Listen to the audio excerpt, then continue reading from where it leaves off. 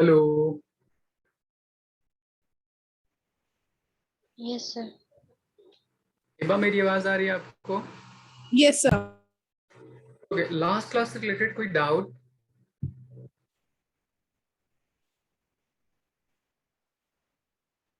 No sir. Okay, so हमने last class में principle of homogeneity करना शुरू किया था। देन उसके बेस पे मैंने आपको एक दो क्वेश्चन भी कराए थे। ठीक है, मैं सेम टर्म आपको एक और टर्म सिखाता हूँ उसी में। सपोज कर लीजिए आपके पास कोई भी ट्रिग्नोमेट्रिक फंक्शन दे रखा हो, जैसे आपको साइन एक्स मान लिया। यहाँ पे अगर मैं पूछूं कि ये एक्स किस बात को रिप्रेजेंट करता है तो आप क्या बोलिएगा?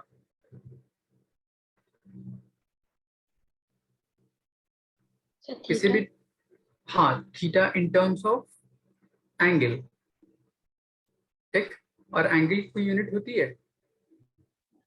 सो यूनिट सर रेडियन होती है बट डायमेंशन नहीं होता उसका। हाँ, तो मैं इसका कोई डायमेंशन नहीं डिफाइन कर सकता। सेम इस तरह अगर मैं बोलूं आपके पास exponential function e raise to the power x, and अगर मैं बोलूं logarithmic function log of x, इन तीनों जगह ये जो x है, ये x एक डायमेंशनलेस क्वांटिटी को रिप्रेजेंट करता है इन तीनों जगह। सो मैं इन तीनों टर्म को बोल सकता हूँ डायमेंशन प्लस क्वांटिटी। अगर कोई भी टर्म जिसके पास कोई डायमेंशन नहीं होगा तो मैं इसको इस तरह से रीड आउट कर सकता हूँ m0, l0 एंड t0। मतलब इसके पास कोई भी dimension of mass length time नहीं है। और हमने ये पढ़ा था कि किसी भी नंबर उसके पावर अगर 0 हो तो उसकी वैल्यू कितनी होती है? सर 1। 1। इसीलिए अब किसी भी डायमेंशनलेस क्वांटिटी को अगर आप रिप्रेजेंट करना हो in terms of dimension, just उस पर्टिकुलर टर्म को 1 के इक्वल पुट कर दीजिए। ठीक, इसके अलावा जितने भी अननोन टर्म होंगे उस एक्सप्रेशन में उनकी वैल्यू फाइंड आउट हो जाएगी। ठीक है, अब देखिए इसके बेस पे मैं आपको एक क्वेश्चन देता हूँ आसान सा। जैसे अगर आपको क्वेश्चन पूछे if y is equals to a times sine b times t minus c times x, in particular term में x and y represents displacement, t define time, then find dimension of a, b and c। आपको इस तरह से अगर question बोले तो आप कैसे सॉल्व कीजिएगा? मैं आपको पहले एक तरीका सिखाता हूँ सॉल्व करने का, फिर मैं आपको एक और क्वेश्चन दूंगा खुद से सॉल्व करने के।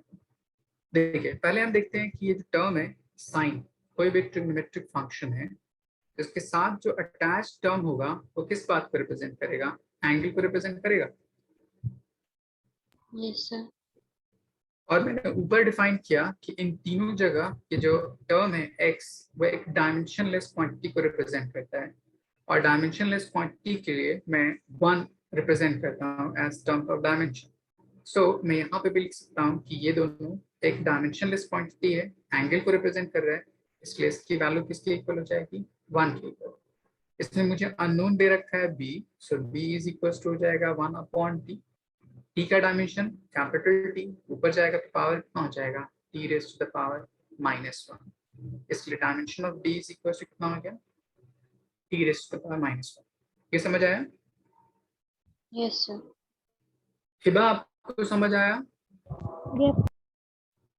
अगर मैं सेकंड टर्म को देखूं cx, तो ये भी तो एंगल को रिप्रेजेंट कर रहा है, क्योंकि हमने प्रिंसिपल ऑफ होमोजेनिटी पढ़ा था कि दो फिजिकल क्वांटिटी के बीच में ऐड सब्ट्रैक्ट तब हो सकता है जब दोनों क्वांटिटी सेम टर्म को रिप्रेजेंट करता होगा। तो अगर ये एंगल को रिप्रेजेंट कर रहा है तो ये भी एंगल को रिप्रेजेंट करता होगा, और एंगल के पास कोई डायमेंशन नहीं होता, इसलिए मैं इसको भी क्या लिख सकता हूँ? 1 के इक्वल लिख सकता हूँ। तो c इज इक्वल टू हो जाएगा 1/x। x यहाँ पे किस बात को रिप्रेजेंट कर रहा है? लेंथ को, तो इसका डायमेंशन हो जाएगा l टू द पावर -1। ठीक है, यहाँ तक कोई डाउट?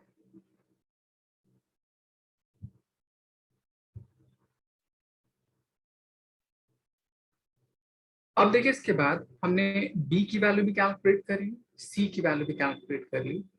अब मैं आपसे पूछूं कि इस पूरे टर्म को देखिए,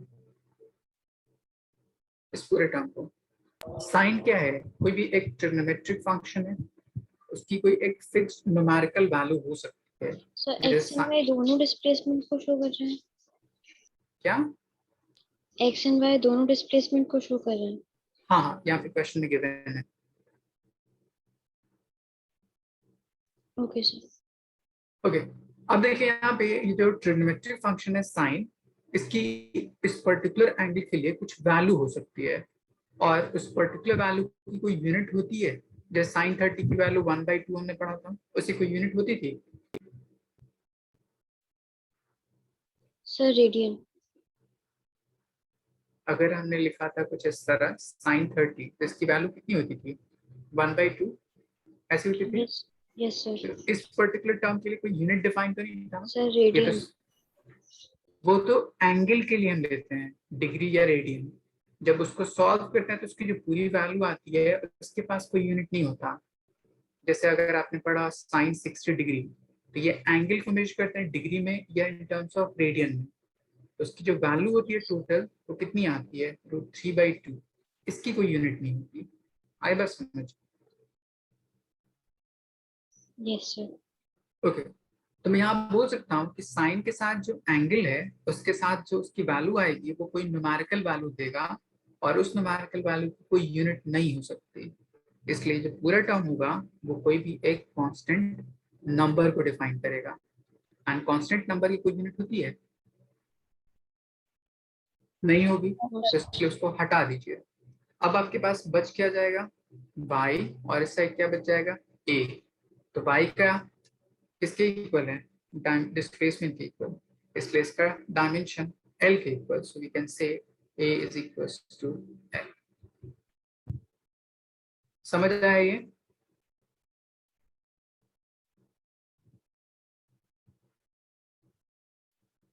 हिबा आपको समझ आया? लास्ट स्टेप दोबारा बताइएगा।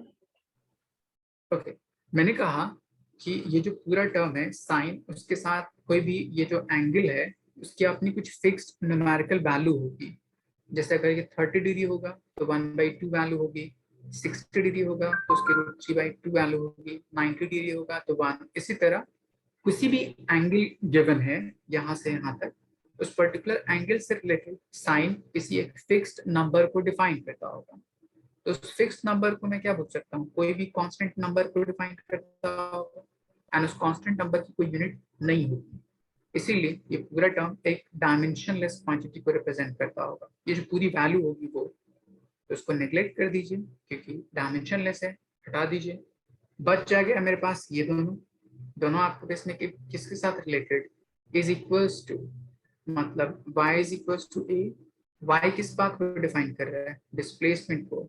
उसके लिए लेंथ l, इसीलिए a इज इक्वल्स टू कितना आ जाएगा? l। अब समझ आया? Yes sir. हिबा आपको समझ आया? Yes, sir.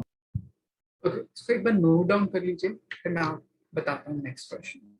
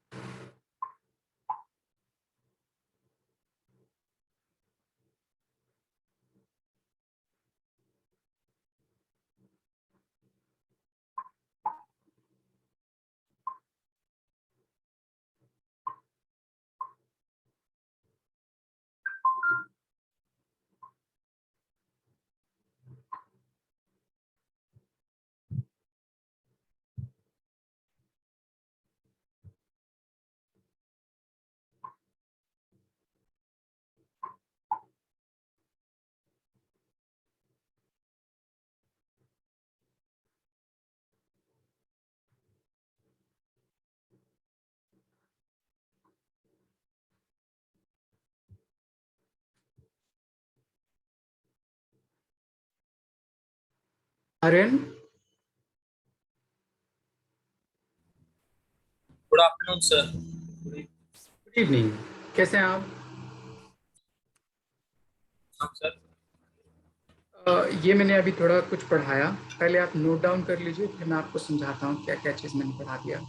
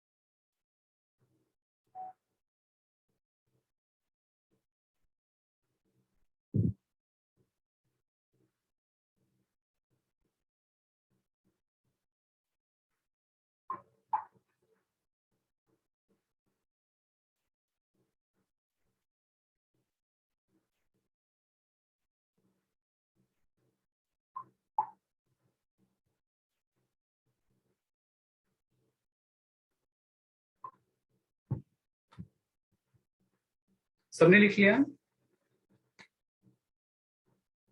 Yes sir. Yes sir. Hiba, आपने Yes. लिख लिया? ओके, देखिए मैंने क्या डिस्क्राइब किया, मैं फिर से बताता हूँ। जैसे कोई भी ट्रिग्नोमेट्रिक फंक्शन होता है तो उसके साथ में जो एक्स लगा है वो उसके एंगल को रिप्रेजेंट करता है, ठीक? और एंगल की कोई डायमेंशन नहीं होती, ठीक? हमने पीछे पढ़ा था कि ये एक डायमेंशनलेस क्वांटिटी होती है, डायमेंशनलेस क्वांटिटी। चाहे वो किसी भी ट्रिग्नोमेट्रिक फंक्शन का हो सकता है, जैसे sine, cos, tan, cot, cosec, sec, कुछ भी हो सकता है, सारे टर्म डायमेंशनलेस क्वांटिटी। उसी तरह मैंने लिखा है यहाँ पे एक्सपोनेंट, एक्सपोनेंशियल फंक्शन, इसको हम बोलते हैं बेस, एंड इसके ऊपर जो एक्स लिखा है उसको हम बोलते हैं एक्सपोनेंट। ठीक? आपने शायद पढ़ा होगा क्लास 8-9 में एक्सपोनेंट के अलग अलग रूल्स, ठीक? तो ये जो एक्सपोनेंट होता है कोई भी नंबर डिफाइन करता है, एंड नंबर की कोई यूनिट नहीं होती। सेम इसी तरह अगर मैं इसी पर्टिकुलर टर्म को रिवर्स करके लिखता हूँ तो उसको लॉगरिथमिक फंक्शन बोलते हैं, ठीक? या आप आगे पढ़िएगा मैथमेटिकल फिजिक्स में या मैथमेटिकल टूल में।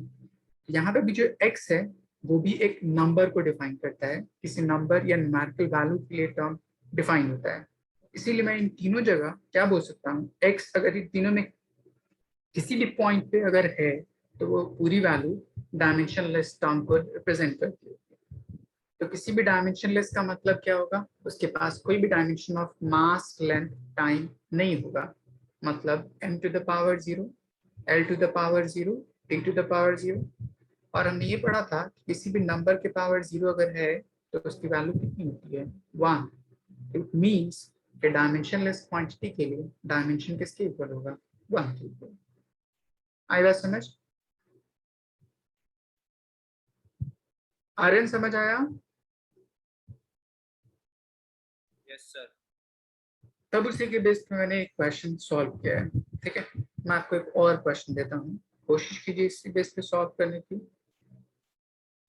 एक क्वेश्चन था बहुत आसान सा जेई में, उसने कहा कि if E is equals to alpha divided by beta exponential to the power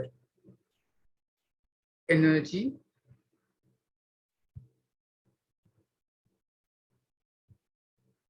x divided by energy times alpha.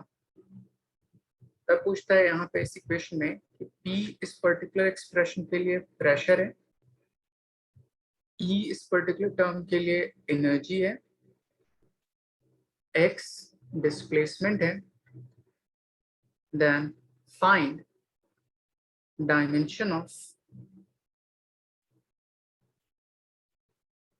Beta.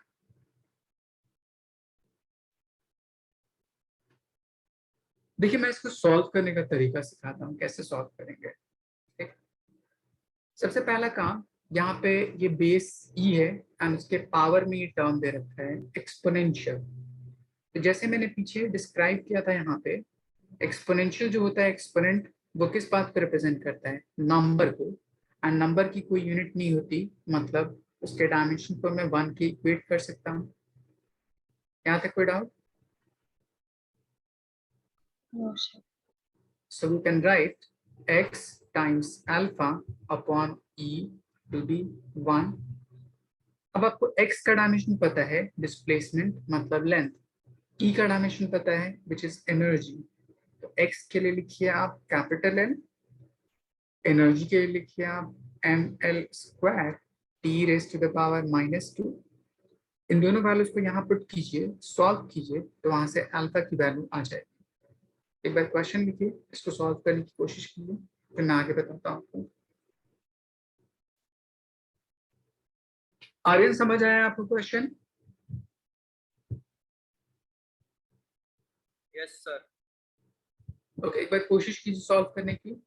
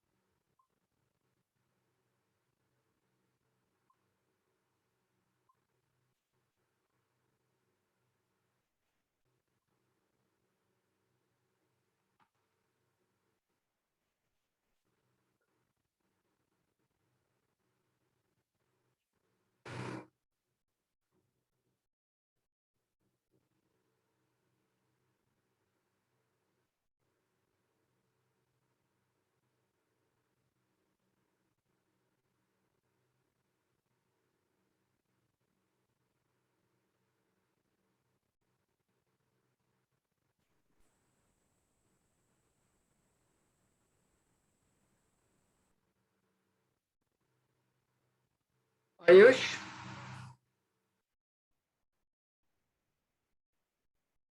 Yes, sir. आपका इंटरनेट से चल रहा है? Yes, sir. क्वेश्चन दिखाई दे रहा है अच्छे से? Yes, sir. ओके, आप थोड़ी देर लेट हुए हैं, ठीक है, कोई बात नहीं, यहाँ से आप कंटिन्यू करिए, मैं आपको बताऊंगा फिर क्या क्या मैंने बताया।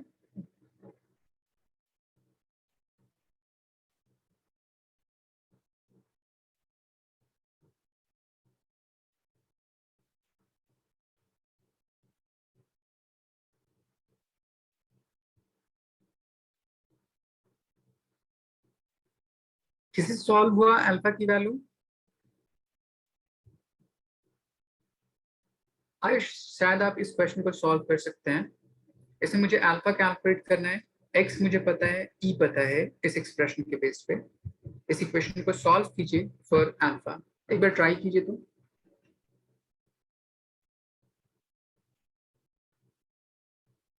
चिश्तिया ना सॉल्व हुआ आपसे?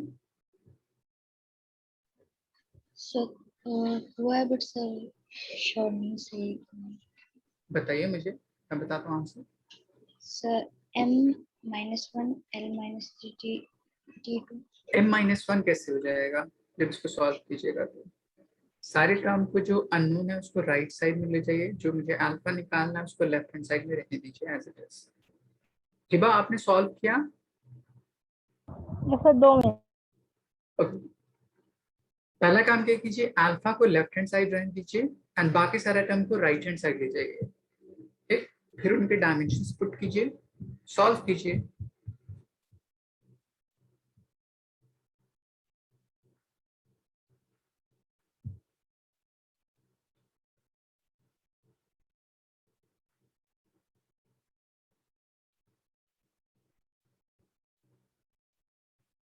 आर्यन आपसे सॉल्व हो रहा है?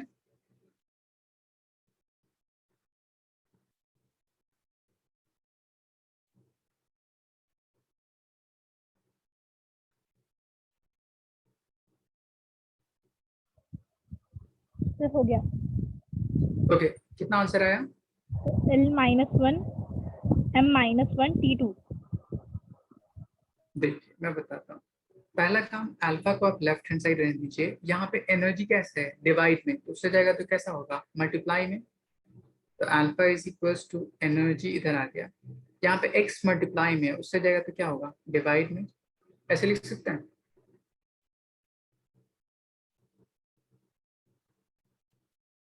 अब इनकी वैल्यूज को पुट कर दीजिए। एनर्जी के लिए डायमेंशन कितना लिखा था, ml² T-2 सर डिवाइड पहले बाय। वैल्यू पुट कर दी तो जब पहले वैल्यू पुट कर दीजिएगा फिर भी आप यही ऐसे ही सॉल्व कर सकते हैं। मुझे अल्फा निकालना है। मान लीजिए आपने पहले वैल्यूज पुट कर दी, तो देखिए Yes, sir. एक्स की जगह पे आपने पुट कर दिया एल, मुझे अल्फा निकालना है। एनर्जी के लिए लिख दिया ml² T⁻⁻² is equal to 1। मुझे तो सारी चीजों को राइट साइड में ले जाना है ना, ताकि वहां से अल्फा की वैल्यू कैलकुलेट कर लिया जाए। मैं कैसे करूंगा, जो डिनोमिनेटर में वो इज इक्वल टू के उस साइड जाएगा तो न्यूमरेटर में कन्वर्ट हो जाएगा, एंड जो न्यूमरेटर में है वो इज इक्वल टू उस साइड जाके डिनोमिनेटर में चला जाएगा। ऐसे ही होगा। Yes, sir. सो यहाँ पे x की जगह पे l पुट कर सकते हैं, ठीक, एंड देन उसके हिसाब से सॉल्व कर सकते हैं। ये हो जाएगा l पे पावर 1। अब इसको सॉल्व कर लीजिए, तो m पे पावर 1, l पे पावर, बेस सेम, डिवीजन में पावर क्या होता है, सब्ट्रैक्ट, तो 2 - 1 इज 1। उसी तरह मेरे पास t पे पावर -2 एज इट इज। समझ आया? Yes, sir. ये बात समझ आया आपको? Yes sir. ओके, अब देखिए इसके बाद मैंने आपको कहा था कि ट्रिग्नोमेट्रिक टर्म, एक्सपोनेंशियल टर्म या लॉगरिथमिक टर्म, ये पूरा टर्म किसी एक फिक्स नंबर को डिफाइन करता है और इस फिक्स नंबर की कोई यूनिट नहीं होती। तो मैं इस पूरे पार्ट को क्या बोल सकता हूँ, नेग्लेक्ट कर सकता हूँ, क्योंकि पूरा पार्ट किसी नंबर को डिफाइन करेगा। मैंने आपको बताया था ई की वैल्यू होती है 2.72। तो अगर इसके ऊपर कुछ पावर नंबर के टर्म में देखिएगा, जैसे ई पे पावर 2 बोल दूं, ई पे पावर 1 बोल दूं, ये क्या डिफाइन करेगा, 2.72 एज अ नंबर एंड उस पे पावर 2, मतलब इस टर्म का स्क्वायर। और ये पूरी वैल्यू क्या डिफाइन करेगा, किसी नंबर को डिफाइन करेगा। एंड नंबर की कोई यूनिट होती है, नहीं होती। नंबर का कोई डायमेंशन होता है, नहीं होता। इसीलिए इस पूरे पार्ट को मैं नेग्लेक्ट कर सकता हूँ। ये समझ आया? Yes, sir. सो मेरे पास बच क्या गया, P is equals to alpha upon beta, ये बच जाएगा। Yes, sir. अब इस टर्म में मेरे पास क्या क्या गिवन है, P इज प्रेशर। प्रेशर के लिए हमने डायमेंशन पहले पढ़ रखा है, ml हमने -1। E की वैल्यू पहले कभी देखी थी। E इज एनर्जी, मैंने आपको लास्ट क्लास में पढ़ाया था, उससे पिछले वाली क्लास में पढ़ाया था। वर्क, एनर्जी, हीट, टॉर्क, ये सारे के डायमेंशन सेम होते हैं। मैंने आपको सर फर्स्ट क्लास में, 2.72 वाली। अच्छा ये जो ई है, एक्सपोनेंशियल फंक्शन, मैं आपको लास्ट क्लास में लिखा था न्यूमेरिकल कांस्टेंट टर्म, लिखा था dimensional constant, dimensional less constant.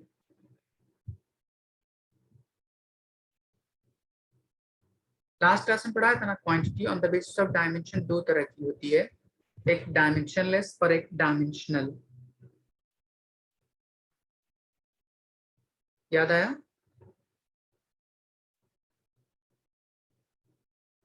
अपने नोटबुक को पीछे रिवाइज मतलब पीछे जाइए, वहां पे देखिए मैंने आपको पढ़ाया है डायमेंशनल के बेस पे, मतलब quantity on the base of dimension दो तरह की, एक डायमेंशनल और एक डायमेंशनलेस।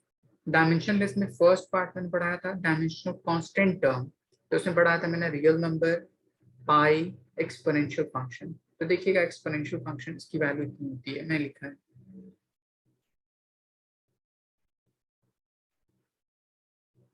ओके, अब देखिए मेरे पास ये लेफ्ट आउट ये टर्म बचा, इसमें क्या क्या पता है आपको? प्रेशर पता है, अल्फा की वैल्यू हमने ऊपर कैलकुलेट कर लिया, तो मैं इसको रीअरेंज करके बीटा निकाल सकता हूँ यहाँ से। Yes sir. बीटा को आप ऊपर ले जाइए तो हो जाएगा pressure into beta is equals to alpha. मुझे बीटा निकालना है तो प्रेशर को नीचे लेके चल जाइए, तो beta is equals to alpha upon pressure. अब आपको अल्फा की वैल्यू पता है, ये प्रेशर की वैल्यू पता है, ये दोनों की वैल्यू पुट कर दीजिए, सॉल्व कर दीजिए। ये बात समझ आया आपको? Yes sir. सॉल्व हो जाएगा। आर्यन समझ आया आपको यहाँ तक? यस।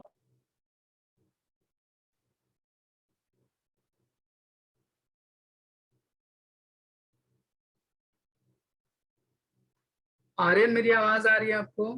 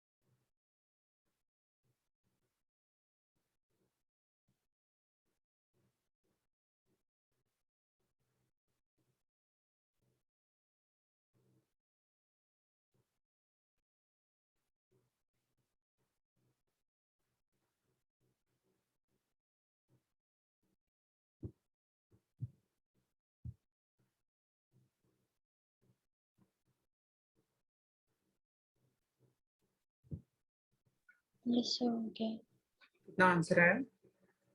सर। ML2T। फिर से चेक कीजिए, m का पावर कैंसिल आउट हो जाएगा शायद। Sir M0। t का पावर चेक कीजिए।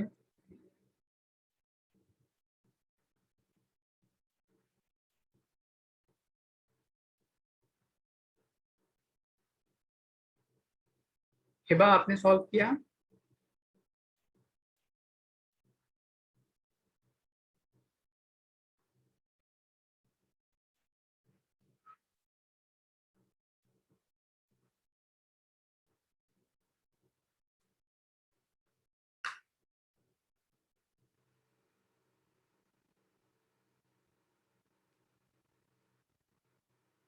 सर T का भी जीरो जीरो ही होगा।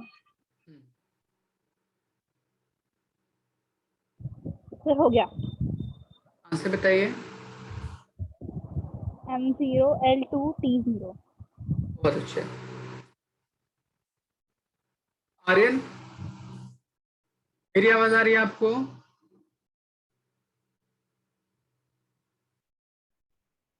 इसमें सिंपली वैल्यूज पुट करनी थी। अल्फा की वैल्यू मेरे पास ML T-2 और प्रेशर की जगह पे पुट करते हैं ML-1 T-2। M M same same power division में cancel out, T T same power division में कैंसिल आउट, तो ऊपर बच जाता है L पे पावर 1, नीचे बच जाता है L पे power -1। On division power subtract होता है, तो इसलिए 1 माइनस -1 तो प्लस हो जाएगा, तो पूरी वैल्यू हो जाएगी L²। आई थिंक आप लोगों ने इसी तरह सॉल्व किया है। ओके, यहां तक हमने डिफाइन कर दिया कि कुछ कुछ क्वांटिटी जिन टर्म के बेस पे डायमेंशनलेस हो सकती हैं, जैसे ट्रिग्नोमेट्रिक फंक्शन में एंगल, तो उसमें जो अननोन टर्म होगा उसकी वैल्यू कैसे फाइंड कर सकते हैं। Exponential function and logarithmic function, उसके साथ जो टर्म होता है वो भी डायमेंशनलेस कांस्टेंट नंबर को डिफाइन करता है, इसलिए उसमें अगर कुछ अननोन टर्म दे रखा होगा तो इस तरह से फाइंड आउट कर सकते हैं। कि ये कुछ बेसिक्स थे जो प्रिंसिपल ऑफ होमोजेनिटी से रिलेटेड थे। अब हम यहां से डिफाइन करते हैं application of dimension analysis. Application of dimensional analysis. Application, 3 different application है डायमेंशन एनालिसिस के। फर्स्ट एप्लीकेशन बोलते हैं हम लोग किसी भी इक्वेशन को चेक करना कि वो करेक्ट है या इनकरेक्ट है, डिफाइन करना by simply left hand side and right hand side dimension को देखिए, एंड अगर दोनों इक्वल आते हैं तो मैं बोल सकता हूँ कि वो डायमेंशनली करेक्ट है। तो फर्स्ट चेकिंग द एक्यूरेसी, या इसी चीज को बोलते हैं कंसिस्टेंसी ऑफ इक्वेशन।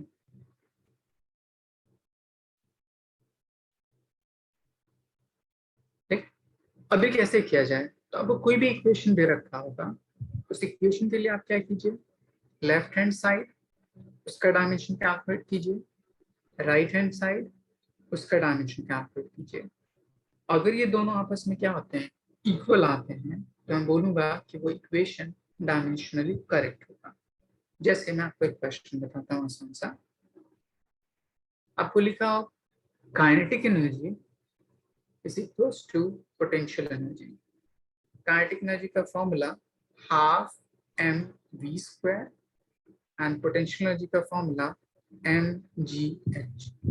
आपको ये रिलेशन दे रखा होगा, पूछे कि ये दोनों क्या डायमेंशनली करेक्ट है और इनकरेक्ट, डिफाइन करिए।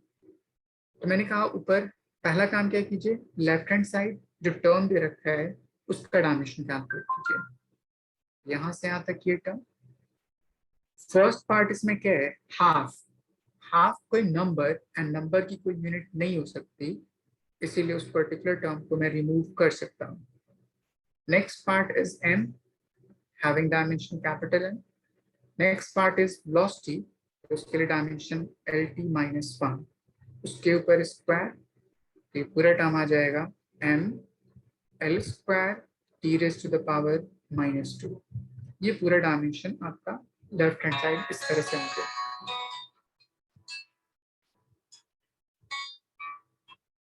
यहां तक कोई डाउट?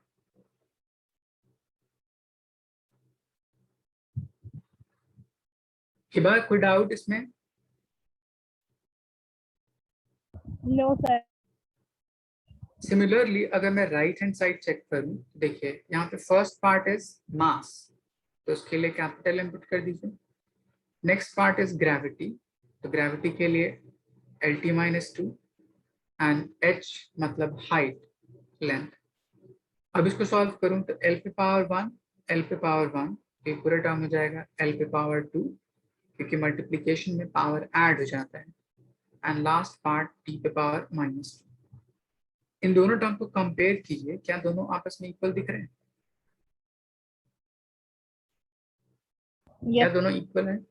तो मैं बोल सकता हूँ कि डायमेंशनली दोनों आपस में इक्वल है, इसीलिए वो इक्वेशन कैसा होगा, करेक्ट इक्वेशन। आई बात समझ?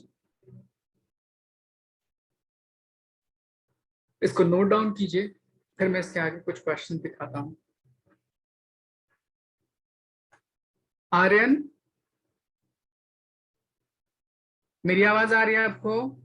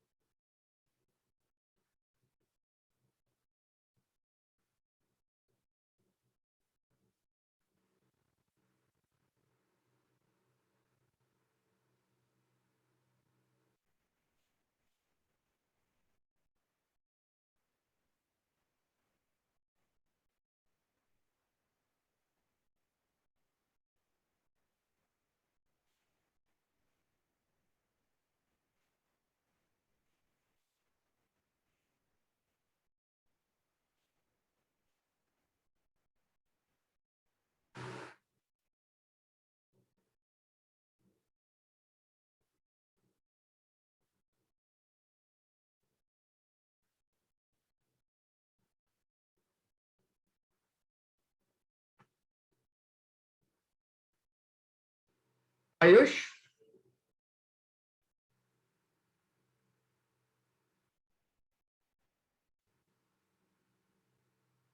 Aryan, Done, sir. मैं आपसे सवाल पूछ रहा हूं तो कुछ तो बोल सकते हैं आप उधर से। यहां तक बात समझ में आई आपको?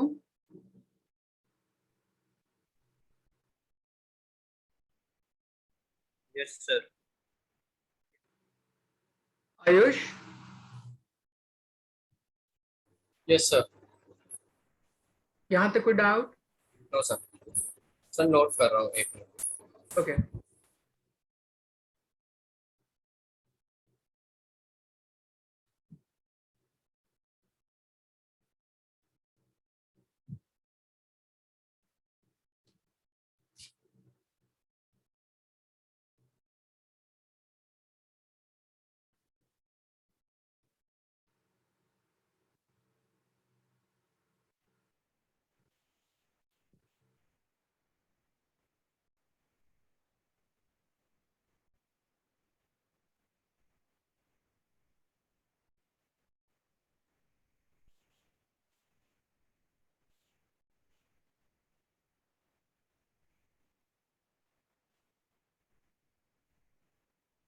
हमने लिख लिया। अगर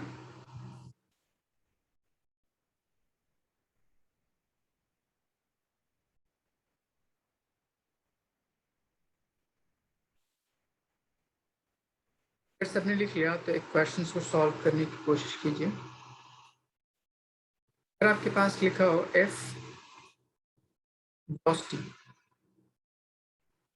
v is equals to 3p by rho, ये कोई इक्वेशन गिवन है जहां पे v क्या है? वेलोसिटी, p क्या है? प्रेशर, रो क्या है? डेंसिटी। Done, sir. ओके, जहां पे मैंने कोई क्वेश्चन दिया है, ठीक है, इस क्वेश्चन में 3 टर्म है। v velocity left hand side, right hand side में root under 3p pressure and rho density. इन सारे टर्म्स की वैल्यू पुट कीजिए, चेक कीजिए कि left hand side and right hand side क्या इक्वेशन इक्वल आता है या इक्वल नहीं आता है, जिसके बेस पे मैं डिफाइन करूंगा कि वो इक्वेशन करेक्ट है और इनकरेक्ट। एक बार कोशिश कीजिए तो। वेलोसिटी के लिए डायमेंशन लिखिएगा LT-1, प्रेशर के लिए लिखिएगा ML-1T-2, and density is mass upon volume, so ML-3। ये सारी चीजें आप लोग को याद होनी चाहिए, बट मैं लिख रहा हूँ।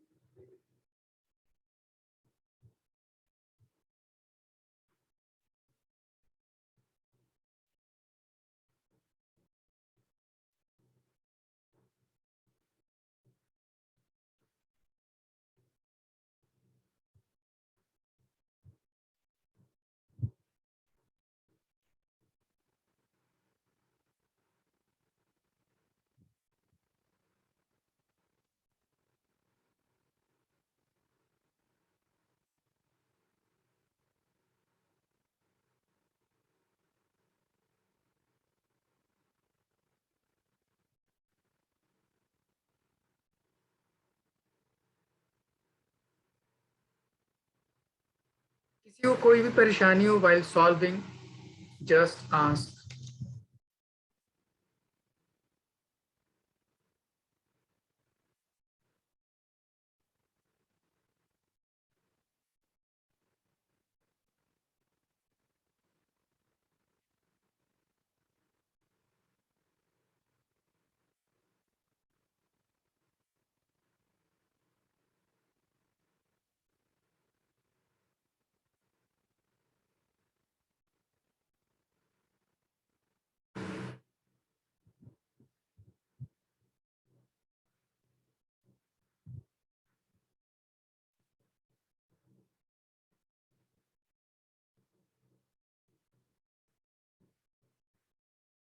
चिश्तिया नाज, आपने सॉल्व किया?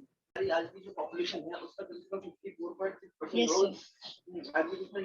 दोनों इक्वल है? Yes, sir, equal are. Okay. Hiba, So after removing the root. तो वो भी कर रहे हैं. okay. Ayush,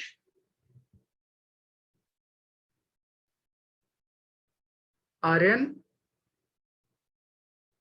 Yes, sir. Solve हुआ? अरे सॉल्व नहीं हो रहा. देखिए पहला काम तो लेफ्ट हैंड साइड देखिए, वेलोसिटी है, तो LHS डायरेक्टली आप क्या लिख सकते हैं, LT-1. इसमें तो कोई प्रॉब्लम नहीं थी, डायरेक्टली हो गया. RHS को देखिए, ठीक, RHS में आपका फर्स्ट पार्ट है स्क्वायर रूट. स्क्वायर रूट को जब एक्सपोनेंशियल मिलते हैं तो पावर हाफ, ये रिलेशन होता है. Next is 3. हो गया. ओके, इक्वल आया. यस सर, इक्वल आ रहा है. ओके, देखिए जिन्होंने सॉल्व नहीं किया वो देख लीजिए. 3 मेरे पास कोई कांस्टेंट नंबर, उसकी कोई यूनिट नहीं, तो उसको हटा दीजिए.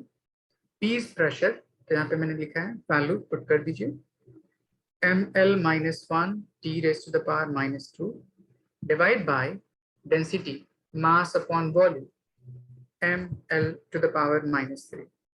mm base same, on division power subtract कर जाएगा तो 1 - 1 0, m हट गया. l पे पावर -1 और l पे पावर -3 डिवीजन में पावर सब्ट्रैक्ट, तो 1 - 3 2 हो जाएगा, ऊपर जाके +2. एंड नेक्स्ट बच गया आपके पास t raised to the power -2. उस होल पे पावर कितना, हाफ. हमने पढ़ा था अगर पावर के ऊपर पावर होता है तो आपस में मल्टीप्लाइड हो जाता है. सो इस टर्म को हम लिख सकते हैं l to the power 2 into half t raised to the power -2 into half. 2 and 2 cancel out, तो हो जाएगा l पे पावर 1, यहाँ पे 2 and 2 कैंसिल आउट, तो t पे पावर -1. अब देखिए left hand side and right hand side क्या इक्वल है या नहीं. आप देखिए LHS एंड ये देखिए RHS इक्वल है. Ayush, yes sir. इक्वल है ना? तो मेरे को L स्क्वायर में T स्क्वायर वाला नहीं समझ में, वहां तक निकल गया था मेरा. अच्छा, इसके ये नहीं समझ में आया. इसके बाद नहीं आ रहा था. अच्छा हाँ, बस उस पर्टिकुलर स्क्वायर रूट को हम पावर में हाफ लिखते हैं, और हमने पढ़ा था formula x to the power m, उसके पावर अगर n होता है तो पावर मल्टीप्लाइड हो जाता है, तो मैंने वही रूल अप्लाई कर दिया. तो हाफ दोनों के पावर में मल्टीप्लाई कर दीजिए इंडिविजुअली. आर्यन समझ आया आपको? इसको लिख लीजिए.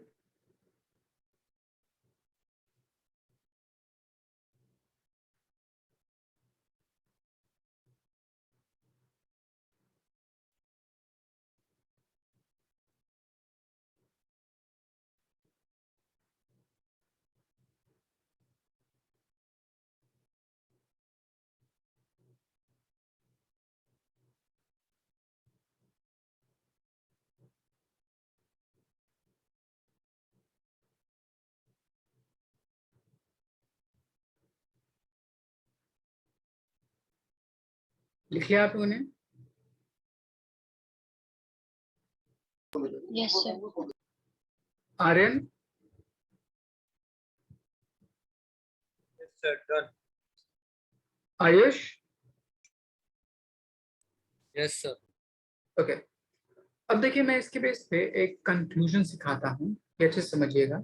इसके बेस पे जैसे मैं काइनेटिक एनर्जी, इसके लिए मैं फॉर्मूला लिखूं हाफ mv², या मैं फॉर्मूला लिखूं 5/2 mv², या मैं लिखूं 3 mv².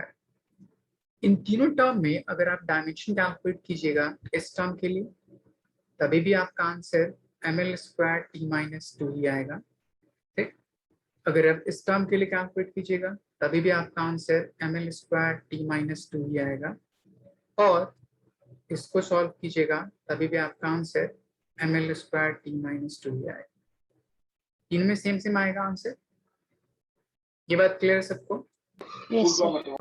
क्योंकि ये जो फर्स्ट टर्म जो दे रखा है कोएफिशिएंट, वो नंबर है एंड नंबर की कोई यूनिट नहीं होती, कोई डायमेंशन नहीं होता, इसलिए वो नंबर कुछ भी हो इन तीनों टर्म के लिए सेम डायमेंशन होगा। लेकिन मैं बोल सकता हूँ कि इन तीनों इक्वेशन में सिर्फ पहला वाला इक्वेशन सही है, बाकी ये दोनों इक्वेशन कैसे हैं, गलत है। बोल सकता हूँ हिबा, मैं बोल सकता हूँ कि फर्स्ट इक्वेशन सिर्फ सही है, बाकी जो दोनों इक्वेशन है वो गलत है। No sir. अरे आपने पढ़ा था ना क्लास 9th में या अभी भी कि फर्स्ट इक्वेशन जो हमारे पास ये रिलेशन है ये सही होता है, बाकी इसमें जो कोएफिशिएंट 5/2 है और ये कोएफिशिएंट 3 है ये सब कोएफिशिएंट नहीं होता। काइनेटिक एनर्जी का सिंपल फॉर्मूला होता है हाफ mv²। तो बाकी ये दोनों फॉर्मूले कैसे हैं, गलत हैं। बट डायमेंशनली देखिए तो डायमेंशनली तीनों आपस में क्या आ रहा है, इक्वल आ रहा है।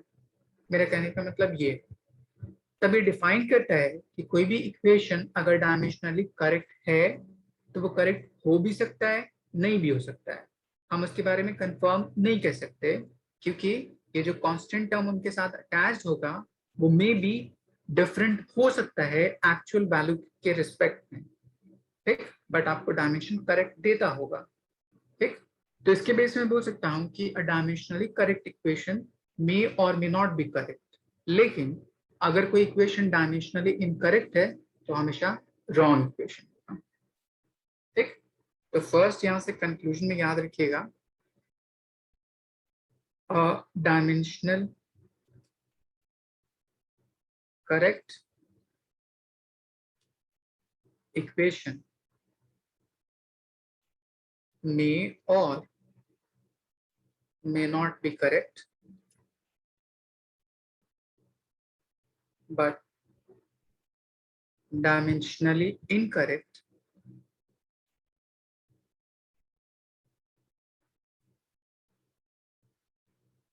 equation is always wrong. ये स्टेटमेंट डायरेक्टली आपसे पूछ लिया जा सकता है, ठीक, बोलेगा ट्रू है या फॉल्स है। तो जब तक आप नहीं समझिएगा तब तक आप डिफाइन नहीं कर सकते। यहां तक सबको क्लियर?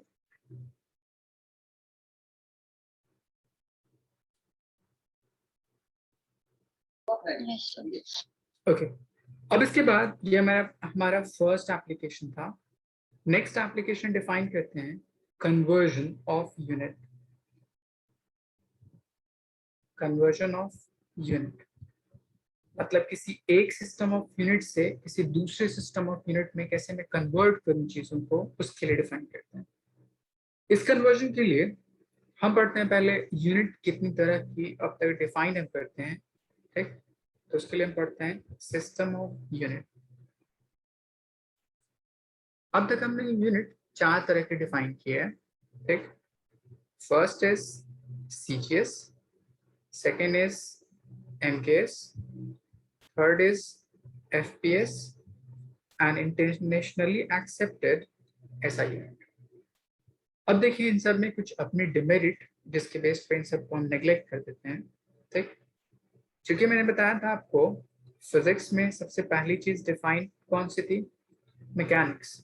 मैकेनिक्स में हम सिर्फ 3 पार्ट पढ़ते हैं, मास, लेंथ एंड टाइम। इसलिए उस जमाने में जो यूनिट बनती थी वो इन 3 टर्म को रिप्रेजेंट करने के लिए या इन 3 टर्म को कैलकुलेट करने के लिए बनती थी। इसीलिए CGS आया। CGS is centimetre, gram and second. MKS metre, kilogram, second.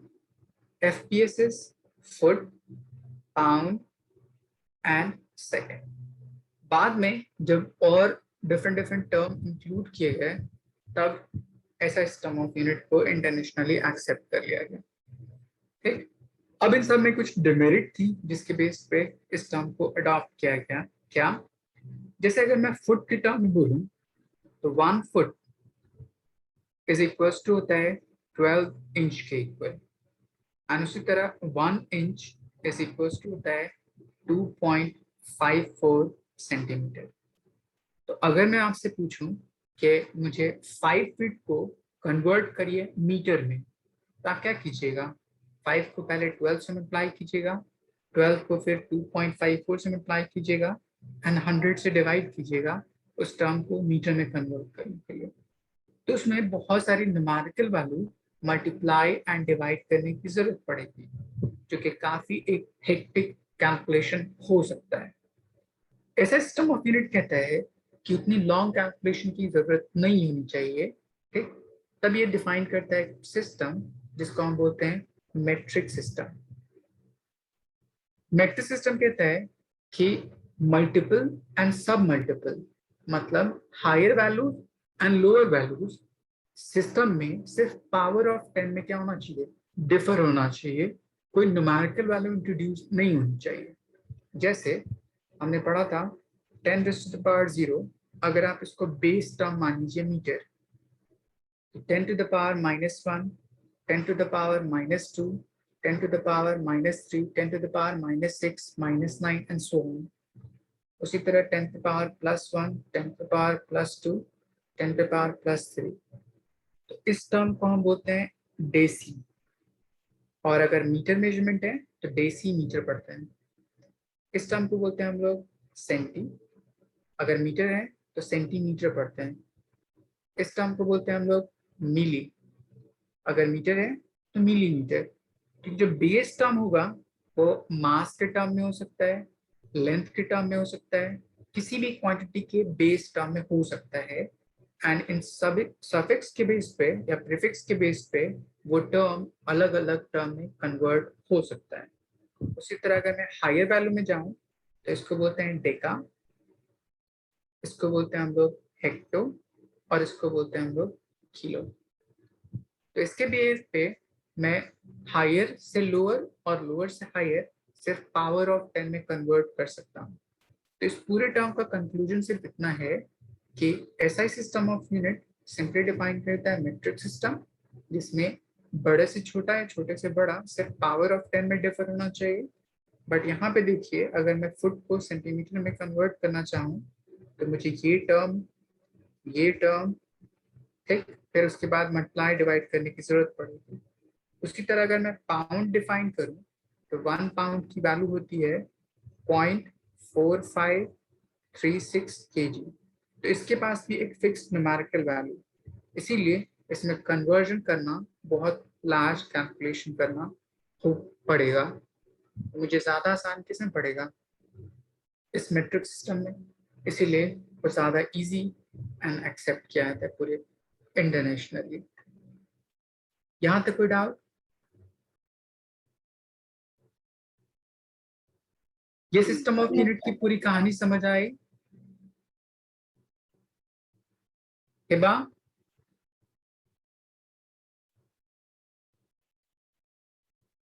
Aryan? Yes sir, समझ आ गया। ओके, इसको पहले नोट डाउन कीजिए, फिर मैं इसके बेस पे कन्वर्जन करना कैसे करते हैं उसका फॉर्मूला सिखाता हूँ। आयुष, कुछ समझ आया आपको? कोई डाउट तो नहीं? नो सर, नोट कर रहा हूँ। सारी चीजें क्लियर है?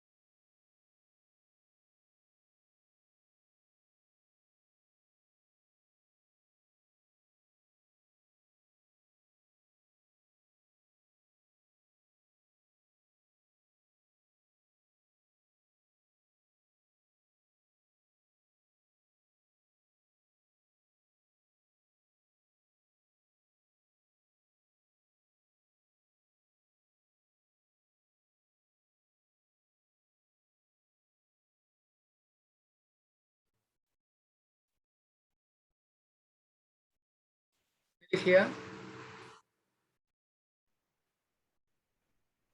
आयुष डन? सर लास्ट थोड़ा सा। आर्यन? Yes sir. डाउट तो नहीं है आपको? सर समझ आ रहा है? Yes sir. लिख लिया आपने?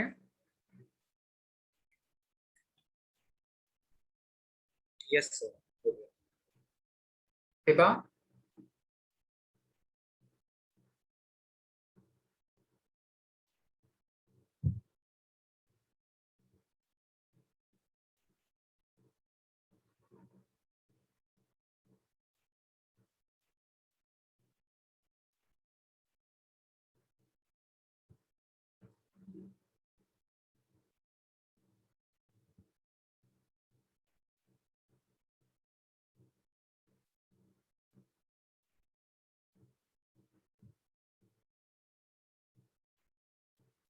चिश्तिया नाज आपने लिख लिया? यस सर, बस लास्ट था थोड़ा सा। Okay.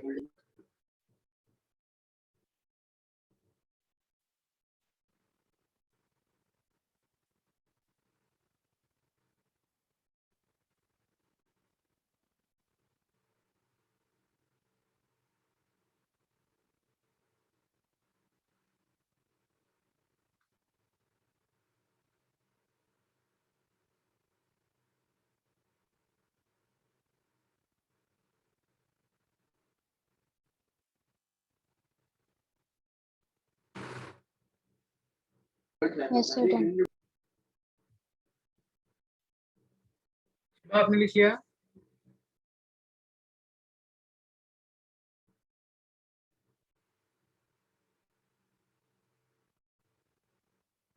Ayush done? Yes sir done. Next part, particular के बेस पे कन्वर्जन कैसे कैसे करते हैं वो डिफाइन करता हूँ। देखिए, इसके लिए मैं आपको एक टर्म सिखाता हूँ। सपोज कर लीजिए मेरे पास कोई मेजरमेंट है लेंथ का, तो मैंने डिफाइन किया 5 मीटर डिस्टेंस को, ये मीटर की यूनिट में है। अगर हम बोलें उसको कन्वर्ट करिए सेंटीमीटर में, तो आप इसको क्या लिखिएगा? 500 सेंटीमीटर। फिर मैं बोलूँ उसको किलोमीटर में लिखिए, तो इसको लिख सकते हैं 0.05 किलोमीटर। ये तीनों वैल्यू आपस में क्या है? इक्वल है, अलग अलग यूनिट के बेस पर डिफाइंड है। अब देखिए यहाँ पे कुछ टर्म हो रहा है, जैसे मैंने मीटर को सेंटीमीटर में कन्वर्ट किया, तो मीटर एक लार्जर यूनिट है, सेंटीमीटर एक स्मॉलर यूनिट है, तो उसके न्यूमेरिकल वैल्यू में क्या फर्क पड़ेगा? इंक्रीज कर गया, पहले 5 था अब 500 हो गया। उसी तरह देखिए नेक्स्ट पार्ट, अगर मैंने मीटर को कन्वर्ट किया किलोमीटर में, तो लोअर यूनिट से हायर यूनिट में की तरफ कन्वर्ट हुआ, तो न्यूमेरिकल वैल्यू क्या हो गई? डिक्रीज कर गई। ये बात समझ में आई आप लोगों को? Yes sir. मैंने सिंपल क्या किया, पहले मीटर को किलोमीटर में ले गए, तो ये हायर वैल्यू है, तो उसकी जो न्यूमेरिकल वैल्यू क्या हो गई? डिक्रीज कर गई। ठीक, मतलब डिक्रीज। अगर मैं इसके यूनिट को इंक्रीज कर रहा हूँ तब। सेम उसी तरह मीटर को अगर मैं सेंटीमीटर में ले गया, तो ये डिक्रीज कर रही है वैल्यू, तो उसका न्यूमेरिकल वैल्यू क्या हो गया? इंक्रीज कर गया। तो मैं बोल सकता हूँ यहाँ पे कि ये दोनों रिलेशन एक दूसरे के इनवर्स मूव कर रहा है, मतलब न्यूमेरिकल वैल्यू और उसके जो मेजरमेंट की यूनिट है, दोनों एक दूसरे के इनवर्सली बिहेव कर रहा है। तब मैं बोल सकता हूँ numerical value is inversely proportional to unit, जिसके टर्म में वो पर्टिकुलर टर्म मेजर किया जा रहा है। इस प्रोपोर्शनलिटी को हटाते हैं, कांस्टेंट पुट करते हैं, कांस्टेंट मान लीजिए k डिवाइड बाई u। तो इस टर्म u को उस साइड अगर मैं ले जाऊंगा, तो n into u is equal to constant, एक रिलेशन हो सकता है। मतलब न्यूमेरिकल वैल्यू एंड यूनिट किसी भी फर्स्ट सिस्टम ऑफ यूनिट में, न्यूमेरिकल वैल्यू एंड यूनिट किसी भी सेकंड सिस्टम ऑफ यूनिट में, ये दोनों आपस में क्या होते हैं? इक्वल होते हैं। बोल सकते हैं? ये बात समझ आई सबको?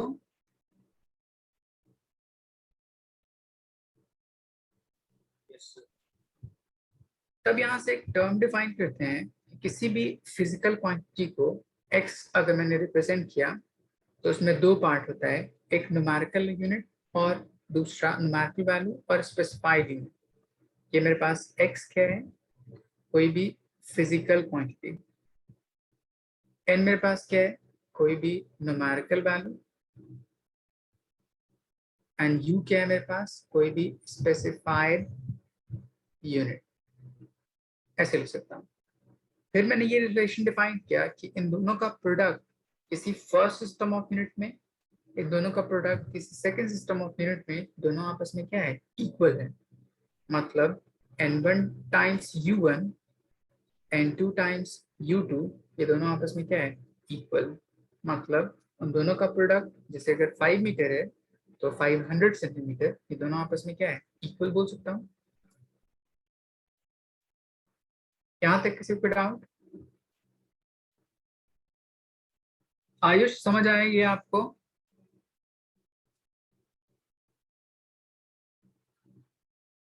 Yes, sir. हिबा?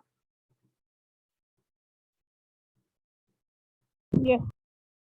ओके, अब मैं इसी पर्टिकुलर टर्म से एक सिस्टम ऑफ यूनिट को किसी दूसरे सिस्टम ऑफ यूनिट में कन्वर्ट करने की कोशिश करूं तो कैसे कन्वर्ट करूंगा, तो उसके लिए मैं आपको फॉर्मूला डिराइव करता हूं। यूनिट को मैं इन टर्म्स ऑफ डायमेंशन लिख सकता हूं कुछ इस तरह, u is equals to m raised to the power x, l raised to the power y and t raised to the power z। क्योंकि कोई भी यूनिट, ऐसा यूनिट हम उनके वो डायमेंशन के बेस पे इस तरह से रिप्रेजेंट कर सकते हैं, और हर फिजिकल क्वांटिटी में एम एल टी अलग अलग पावर हो सकता है, इसलिए मैंने उसको एक्स वाई जेड लिख लिया। अब इस वैल्यू को अगर मैं इस इक्वेशन में पुट कर दूं, so we can write n1 m1 times x, l1 times y, t1 times z किसी फर्स्ट सिस्टम ऑफ यूनिट में, और यही टर्म अगर मैं किसी सेकंड सिस्टम ऑफ यूनिट में जाऊं तो हो जाएगा m2 l2 and t2 to the power x y and z।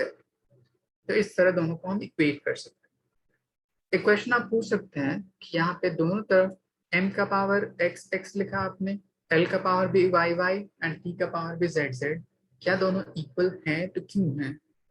तो आप बोलिएगा कि according to principle of homogeneity, दो फिजिकल क्वांटिटी के बीच में अगर इज इक्वल टू का साइन है तो इसका मतलब होगा कि left hand side and right hand side जो इक्वेशन होंगे उनके डायमेंशन इक्वल होंगे। इसीलिए हर term towards left hand side and हर term towards right hand side, उसके जो एक्सपोनेंशियल होंगे वो भी क्या होंगे, इक्वल होंगे। आई बात समझ? Yes, sir. अब मुझे यहाँ पे अननोन पार्ट कौन सा है, n2, जिसकी मुझे वैल्यू कैलकुलेट करनी है। n1 आपको गिवन होगा तो मैं यहाँ से फॉर्मूला डिराइव करूंगा, n2 can be written as n1 times m1 over m2 to the power common x, l1 over l2 to the power common y and t1 over t2 common power z। तो ये एक formula derive हो गया। इसी फॉर्मूले के base पे मैं कन्वर्जन करूंगा किसी फर्स्ट सिस्टम ऑफ यूनिट से किसी सेकंड सिस्टम ऑफ यूनिट में। ठीक, कैसे करते हैं मैं आपको तरीका सिखाता हूँ। पहले आप इतना नोट डाउन कर लीजिए, किसी कोई डाउट हो किसी भी स्टेप में तो जरूर पूछ लीजिए। आर्यन, आपको समझ आया कैसे मैंने डिराइव किया? सो ये इसकी डेरिवेशन एक बार बता दीजिएगा। मैंने कहा ऊपर कि किसी भी मेजरमेंट को अगर मैं एक यूनिट में लिखता हूँ एंड उसी मेजरमेंट को किसी दूसरी यूनिट में लिखता हूँ तो दोनों आपस में क्या है, इक्वल है। मतलब न्यूमेरिकल वैल्यू एंड यूनिट, इन दोनों का product her system of unit में हमेशा क्या होगा, इक्वल होगा। उसी के बेस पे मैंने लिखा n1 u1 should be equals to n2 u2 should be equals to n3 u3 and so on। किसी भी सिस्टम ऑफ यूनिट में उन दोनों का प्रोडक्ट सेम होगा। यूनिट को इन टर्म्स ऑफ डायमेंशन हम लिख सकते हैं m l t having raised power x y z respectively। तो उन वैल्यूज को इस इक्वेशन में पुट कर दिया, दोनों को इक्वेट कर दिया क्योंकि दोनों सेम इज इक्वल टू से रिलेटेड थे, इसीलिए n2 मुझे अननोन होगा उस पर्टिकुलर टर्म में, उसकी वैल्यू फाइंड आउट करनी, तो रीअरेंज कर दिया सेम टर्म को एक साथ, तो मेरे पास फॉर्मूला बन गया। ये बात समझ आया आपको? यस ओके, पहले नोट डाउन कीजिए, फिर मैं जब आपको न्यूमेरिकल बताऊंगा इस पे बेस्ड, तो शायद ज्यादा समझ आए।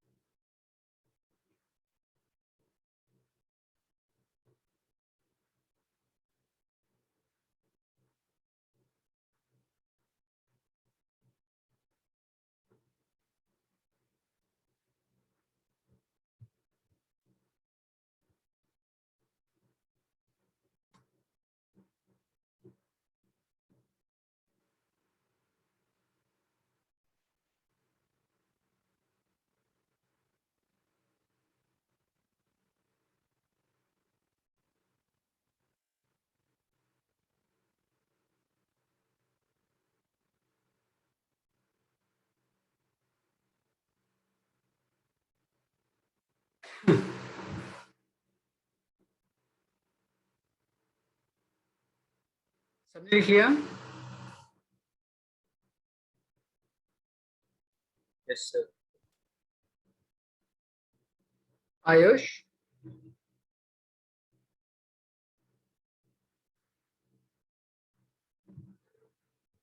सर हिबा, नोट कर लिया।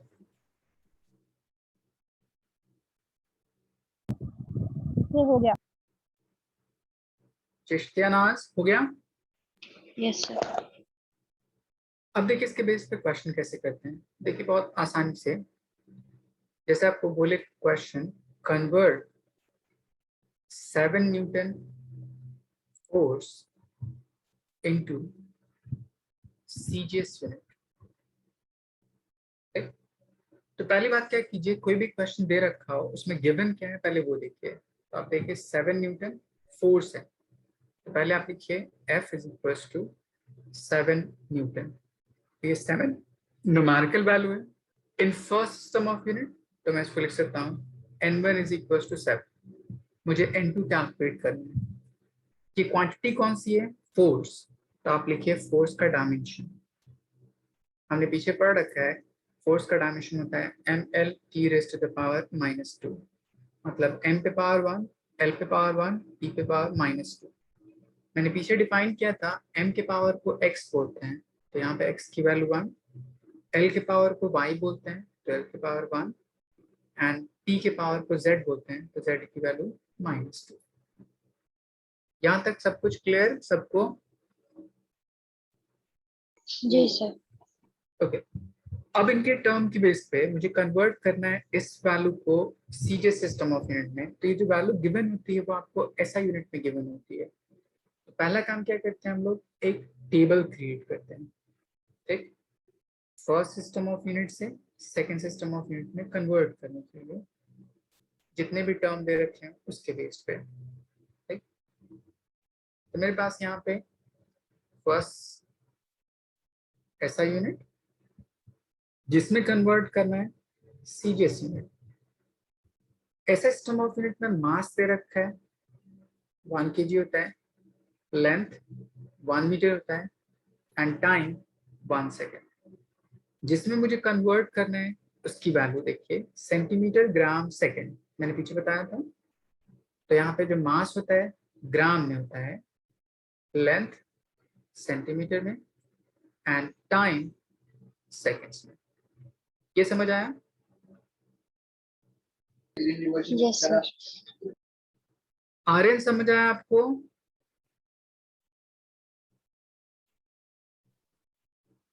हिबा आपको समझ आया?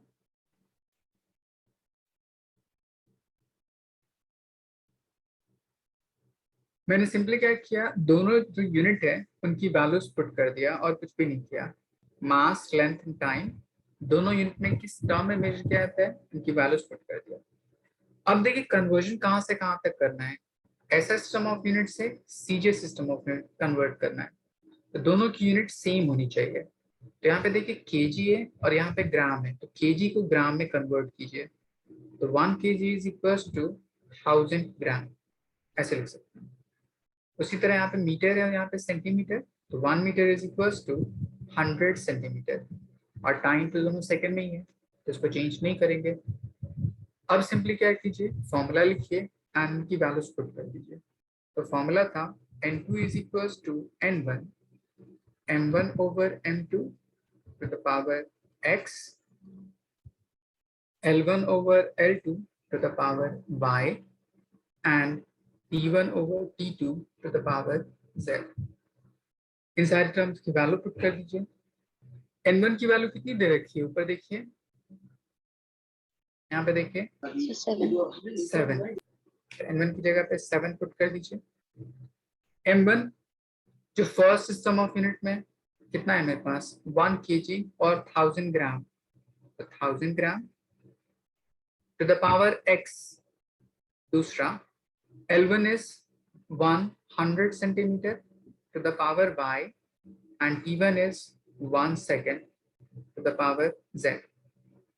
तो जो दूसरा टर्म जिसमें कन्वर्ट करना है उसको लिख लीजिए। तो ये है 1 ग्राम, ये है 1 सेंटीमीटर, ये है 1 सेकेंड, एंड जो एक्सपोनेंशियल है उसको लिखिए। तो x की वैल्यू है 1, y की वैल्यू है 1 एंड z की वैल्यू -2।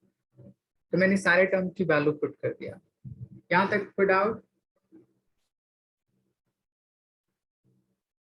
सिंपली मैंने m1 m2 l1 l2 t1 t2 x y z जो मैंने राइट साइड एंड ऊपर में लिख रखा है उनकी वैल्यूज पुट कर दिया। अब इनको रीअरेंज करिए। तो यहाँ पे देखिए 7 gram and gram it's cancel out, ये बच क्या जाएगा 1000। 1000 को हम लिख सकते हैं 10 raised to the power 3।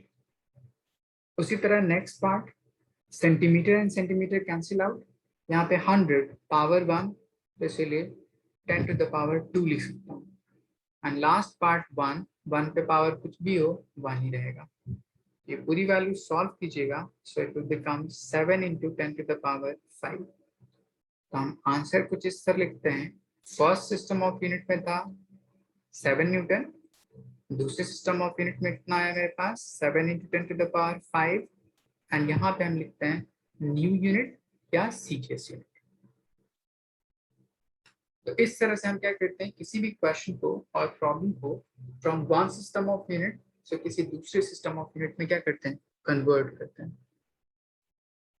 किसी को डाउट इस पर्टिकुलर कन्वर्जन में?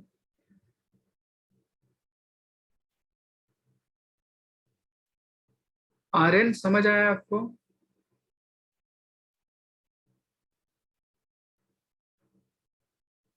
हिबा?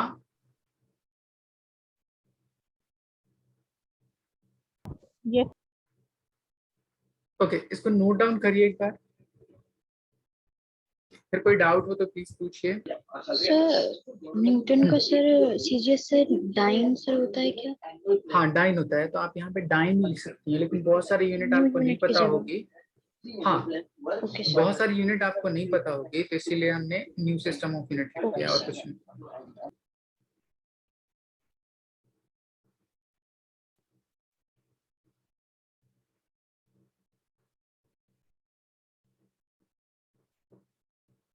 आयुष कोई डाउट?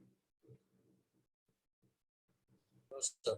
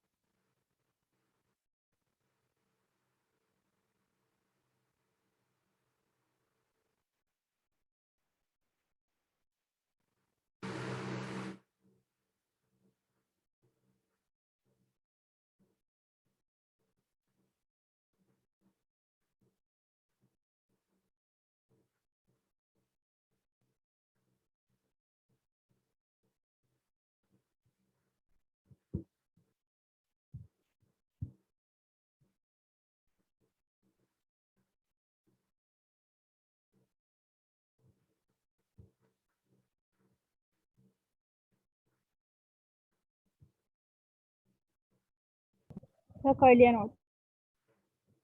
आयुष लिख लिया आपने? आर्यन?